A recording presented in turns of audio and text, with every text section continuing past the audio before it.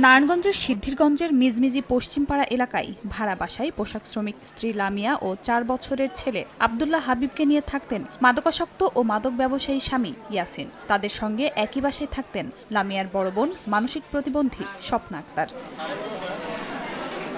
যৌতুক ও মাদক ব্যবসার টাকার জন্য স্ত্রী লামিয়ার সঙ্গে প্রায়ই ঝগড়া হতো ইয়াসিনের। এরই জেরে স্ত্রী লামিয়া তার বড় বোন স্বপ্না ও ছেলে আব্দুল্লাহ হাবিবকে হত্যার পর খণ্ডবিখণ্ড করে বাড়ির পাশে গর্তে পুঁতে বস্তা দিয়ে ঢেকে রাখে ইয়াসিন। শুক্রবার দুপুরে গর্ত থেকে বের হওয়া অবস্থায় একটি হাত দেখতে পান স্থানীয়রা। খবর পেয়ে ৩ জনের খণ্ডিত লাশ উদ্ধার করে পুলিশ ও পিবিআই। লামিয়ারা টর্চারিং করতো, মারধর করতো, বাবা পেশার টাকা দেয় নাকি, গাঞ্জা টাকা দেয় নাকি। 2 মহিলার আলাদা মাথা, তারপর আবার আলাদা দেহ, হাত আলাদা, পাও আলাদা, এগুলো এসে দেখলাম। আর হাতটা যে আলাদা না, ওইটা মেহেদি দেওয়া ছিল। এটা হয়তো ঈদের পরপরই। সুষ্ঠু তদন্ত করে এদের দৃষ্টান্তমূলক শাস্তি দেওয়া উচিত, যাতে এই সমাজে অর্থাৎ পুরো বাংলাদেশে যেন এই ধরনের ঘটনা না ঘটে।